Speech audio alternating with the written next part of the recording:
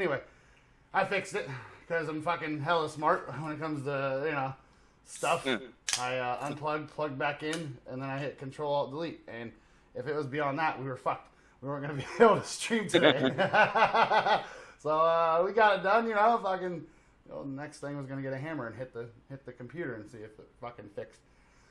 Mad Dog, will you just shut up and let me get a word in? I mean, goddamn it, anyway, how you doing today, brother?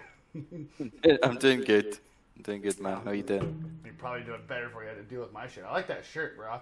I have never in my life seen a shirt like that. I would say it's one of a kind. I don't know where you got it.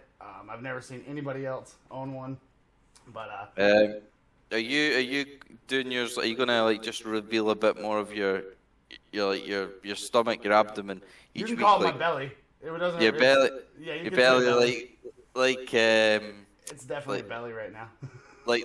like main event Jey-Uso. His seems to be getting shorter and shorter every week. Yeah, and I actually tonight when we do our stream, I'm gonna have a redemption to where if somebody, I don't know, we'll do bits or something. I'll literally take scissors and I'll just crop top the shit out of that, and I'll rock the rest of the stream like that. And I do a good Jey Uso walk. I can walk leaning forward, looking like I'm scowling, and then clap belts together and stand up and shit. I do a really good. I can put one finger in the air. Oh shit, you can't. So Mad Dog Magwitch, what's going on with the Bloodline right now? I'm quite enjoying it. I think it's obviously this is coming up to 3 years that this storyline's been going on, and I'm quite enjoying the fact that this is the point where Roman's starting to lose everything bit by bit. Yeah. And his grasp of power is he's losing everything, and obviously that was his first time he's been pinned in 3 years or whatever it was. Obviously he's lost matches when Sammy's took the pin, or in fact that might have been the only other defeat. But this was the first time he was pinned, and so he was obviously inconsolable with that, and I just think I think in 5-10 years time we're going to talk about this was probably the greatest storyline in professional wrestling, just for the longevity of it and the different arcs. And it's been a bit like a kind of TV series, because you've had different parts. Obviously it started with him beating down Jey Uso to become the right-hand man whilst Jimmy was injured. And then Jimmy came back, and Jimmy wasn't too keen about joining, but he followed because Jey was in. And then obviously you brought Sami Zayn into the mix, and there was that element. And then obviously now you've got the Solo element, and it's almost like Roman's scared of Solo, so he doesn't want to upset him, because you can see the way that... Yeah, go ahead. You can see the way he looks at Solo at times, as if to say, I don't want to mess with that guy. I think, and I agree with everything you're saying about the longevity of the thing. I think it's not only just that the Bloodline itself has been so good, but the part about bringing Sami Zayn in and kind of elevating his star to the next level, that too is Roman Reigns / Bloodline shit.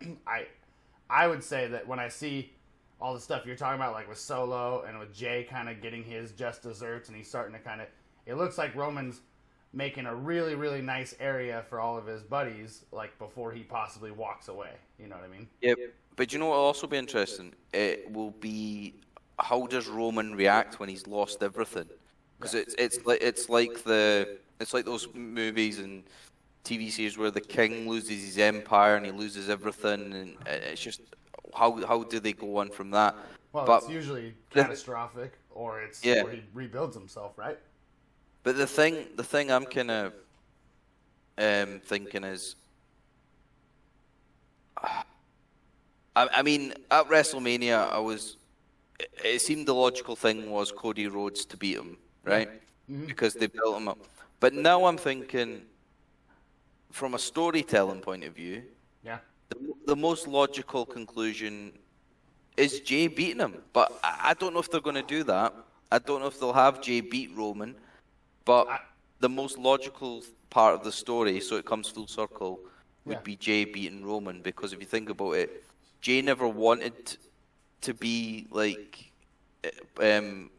with Roman dictating, telling him what to do, and Jay didn't agree with him at the start, and he was just beat down into submission basically. Yeah. And then Roman just gaslit him, Yeah. and he ruled with fear and abuse basically. Yeah. And I think the Jay story coming full circle. I think it's a beautiful story. I also think that I just want to say that part of the reason the Cody Rhodes thing didn't happen is the timing with the Endeavor deal and with Vince McMahon coming back and everything. And in some ways, whether fair or foul, it might just elongate Cody until Cody gets it. That might be what ends up happening. But either way, I hate to say this because I fucking Vince McMahon's a piece of shit. But him kind of being sour on Cody or having a history of being sour on Cody might be the only reason why they even investigated kind of another angle on this story. You know what I mean? Yeah, but I'm actually quite glad that the story's kind of going on because it's taken all these different arcs, and like I said, I think the most logical thing from the story point is Jay beating him. But whether WWE do that, I don't know. See, and then the thing is, if Roman doesn't lose it, lose the title at SummerSlam, I think it goes on to WrestleMania next year. Yeah, I don't think he's going to lose it at SummerSlam. I think WrestleMania is too big of a... I think you have to lose it at Wrestle. It'd be like... He's just held it too long. But also, real quick, the other side of that is everybody thinks what I just said, too. Everybody's like, he's not going to lose it at SummerSlam. Definitely. So they could swerve everybody by having him lose it at SummerSlam. They could. Yeah. But it's really interesting. But then... So that... I feel like that storyline has carried WWE for quite a while. But I was watching Raw today. I watched it back today, and the thing that's grasping me about that is I think the Judgment Day storyline is becoming quite interesting. Yeah. As well. Yeah. And with Finn and everything going on there. Yeah. And initially, I wasn't too keen on Damian Priest winning the briefcase. But it is making an interesting storyline in the dynamic of the Judgment Day, and it'll be interesting to see how it plays out with Finn and Priest. But Leah was wearing a Damian Priest shirt. And, yes.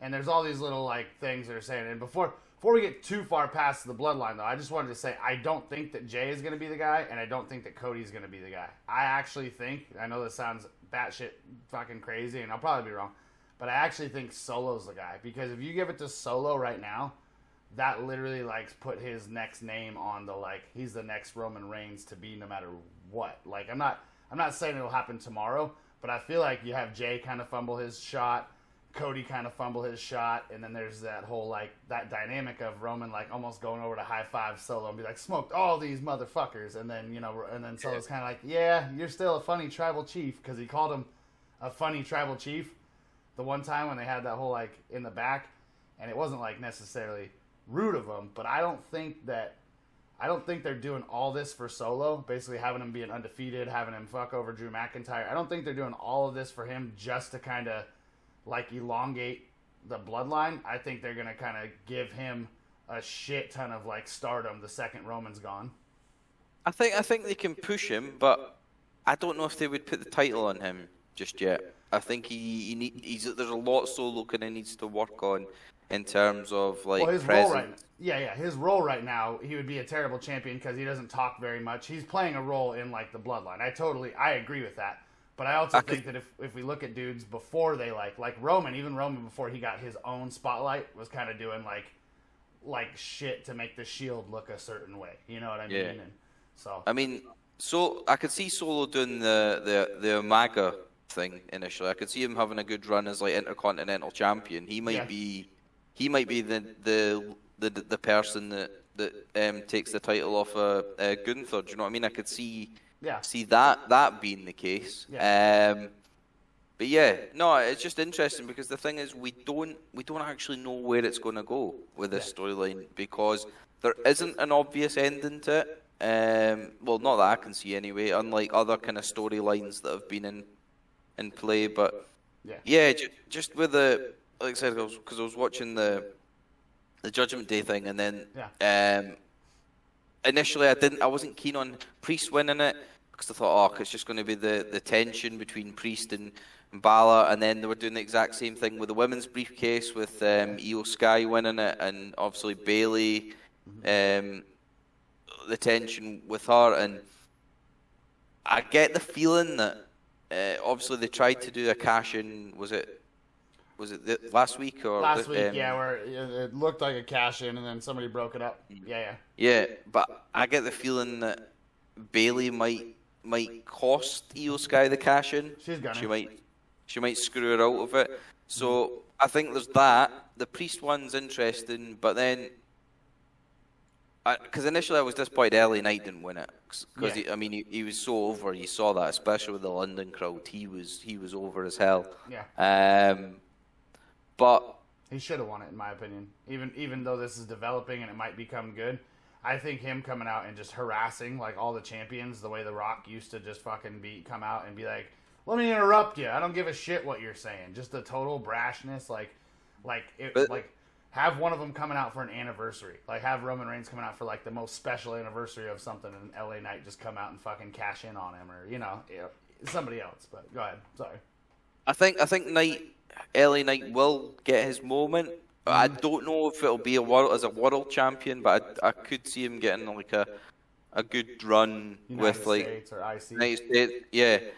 But also I think he's over enough that he doesn't need the briefcase at the moment or a championship. That could hurt him. Yeah, too. Because Priest, I think he actually needs this to kind of develop his character, to push it, because they have been trying to push him recently. Obviously, he had that great match with Bad Bunny, and obviously when he was back home, it was Backlash, wasn't it? Yeah, Puerto Rico. Puerto Rico Backlash, and so I think they're trying to elevate him and push him. One thing also with UFC and with MMA and everything getting involved, the number one thing that the UFC always did, you look at Cain Velasquez, you look at Conor McGregor, they actually find markets and they cater their whole entire sport for a really long time to that market. Conor McGregor, if he would have fought a wrestler in the first 8 fights of his career, wouldn't have got over at all because he would have lost. And so now with the Endeavor deal and things happening, it feels like Damian Priest, and they're kind of like not just Puerto Rico, but any Spanish-speaking country is definitely, and they're kind of like pushing that. And I like it. I enjoy when he's like speaking in Spanish, and he's being a little bit tougher than the Judgment Day, because I really think he needs to be the one that separates from the Judgment Day. He was really heavy. He lost a bunch of weight, came back to the WWE. He's got a great finisher. As much as I joke about his hair, he's got good fucking personality, good hair. He's got a deep voice. I think he's better than the Judgment Day, if I'm being straight up about it. Yeah, but also the fact that what they've made obvious in the recent weeks is that Rhea Ripley is the leader of the Judgment Day now. Yeah. It was always, initially it was obviously Edge, and then when they kicked him out, they decided, everyone was saying it was Finn, but it's definitely apparent now that Rhea's the one that's in charge, and it's quite and Damian, right? If it's in order, her probably first, but her and Damian are the only ones that are kind of peers, closest to peers. Yeah, but the thing is, what I like about that is it's the only kind of faction. Normally, when there's a faction with a woman in it, they're usually just like the manager or something. But the fact that they've got her as the focal point, and she's like the main star in that group right now, you'd say. She's the most successful one too, by far. Yeah.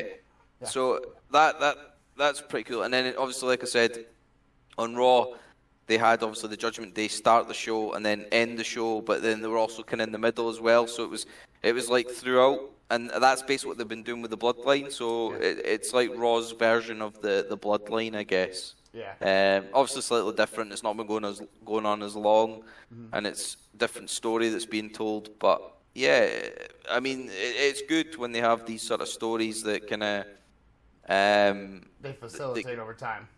Yeah. Yeah, because I think they're almost writing like a story with a really good base to it, and then I almost can guarantee, based off some of the things that have happened, that they're leaving some things open to development, which they should. So, like, if you go to a crowd and you had one story written and it kind of does okay, you got to immediately, like, think of something else. But I think, like, bringing Sami Zayn in, like, the second he said Usi and the whole crowd started fucking, like, popping, they're like, shit, we gotta kind of ride on this. And that can happen with anything. Like, even the Dom thing, he's getting it's kind of off the subject, but Dom's getting kind of bad in some ways because he's expecting the boo. And I don't know if you noticed, but last night he stopped talking before they even started booing, and you're kind of like, "Fuck, dude, don't do this, Dom. Like, don't fuck this up, bro." Although he is getting better in some aspects, he is definitely improving. Oh yeah. Obviously, you would kind of hope and expect that he would, considering who his dad is. Obviously, Eddie Guerrero had a big impact in his life growing up, and then also, obviously, Edge is is Edge not his godfather or something, or his uncle, something like that. They refer to Edge as having like a big kind of part in his life growing up. So, yeah, I think that Dom right now, like, one of the best spots on any show is when him and Rhea Ripley come out, and it can be seen as filler, it can be seen as whatever, but I think one of the things Judgment Day has the opportunity to do also is not just have the feud with Finn Balor and with Damian Priest, but both those guys are seen as, like, Finn Balor has beaten Roman Reigns, right? I mean, he's got a good enough name to get people over, and I think what you might see at some point is through this implosion of the Judgment Day, they might end up all going their separate ways, but it's going to be like Dom probably gets a victory over, like, Finn, you know what I mean, or Damian Priest, or something that kind of solidifies him as, like, now being a real wrestler instead of just a fucking dick or a dildo. I don't know, but I mean, the Dom thing, it is interesting, and it's quite funny how, like, how all that came about basically, and it has kind of came about a bit organically, where he was getting a lot of heat because he wasn't that great, and they were shoving the Mysterio thing kind of down their throats. But yeah, he gets the most kind of organic heat. Like, it's not go away heat. Which is what Logan Paul gets, because that reaction at Money in the Bank from the London crowd anytime he was near that ladder. And just going back to Money in the Bank, that was another thing about the Bloodline that I forgot to mention as well. The thing I really like now, which I haven't really seen done in wrestling too often before, is when you get those conversations between Roman and then, like, Paul Heyman, or when he's talking to somebody in the match and it's almost like you're not supposed to hear what he's saying. And they shoot it, and the mics pick it up, but they shoot it, and the mics pick it up in a way where it's like watching, like, a TV show or a movie where, like, something's been said and it's one of those conversations that you're not supposed to hear, but it adds to the storyline. So all these little kind of nuances that they're doing with things is pretty cool. But like, and the reason I'm going back to that is because when Roman was, like, saying the UK is the worst country and all this stuff, and he was getting really, really upset and flustered. And I liked even last night when he says, and so that you're talking about Bloodline and Roman, but with the Judgment Day last night when Damian was like, either way, we got it covered. And he kind of, like, walked away, and Finn was like, wait, what the fuck does that mean? We got it covered. And it's just, it's a way different way of doing the same thing that Bray Wyatt does, and it's kind of like putting little seeds of, like, doubt in people's head or little question marks, and I think it's really good. I like the way they've been doing that lately. I will be honest, though. I want to see more of Montez Ford. I was almost like we were almost promised that he was going to kind of get a solo push, and I think that it's not. It's like he's went back to square one, really, isn't it? Like, they haven't really. It feels like the timing of when Vince McMahon came back. I don't know that it was something directly rude, but it was more of a, hey, you're good where you're at, kind of. Like, you guys are a good tag team. You're funny and shit. And it's like, the dude could be a fucking star. Like, could literally be, like, a star. And I hate to see it. the Elimination Chamber, he had a hell of a performance in that. Oh yeah. But yeah, they haven't really done anything much with him since. No, it's all promos and bullshit and kind of like tag teams sitting in the corner with the Alpha Academy. But I genuinely think that when he started putting on some muscle and his frog splash being like 7 feet higher in the air than a lot of dudes like ever, I just don't think that like and the only reason I say that is somebody asked me the other day like, hey, who's your favorite wrestler right now? And I was like, damn, dude, I feel really like stupid, but I'm like kind of racking my brain and I'm like there's dudes there's storylines that are exciting. There's matches that are exciting, and there's really not one dude that when he comes out that I'm just like, holy fuck, like we get to see blankety blank, you know, like, and it's probably because we're older and everything, but there's just not one dude right now. I think that I need a high flyer, bro. I need somebody that's like a Jeff Hardy, Darby Allin, but is actually on the main like card once in a while, you know? Yeah. But I can definitely see him being a top single star. He definitely has the ability to do that. And then my favourite moment of Raw last night was it was almost like they were trying out each other with like kind of one-liners and stuff. Yeah.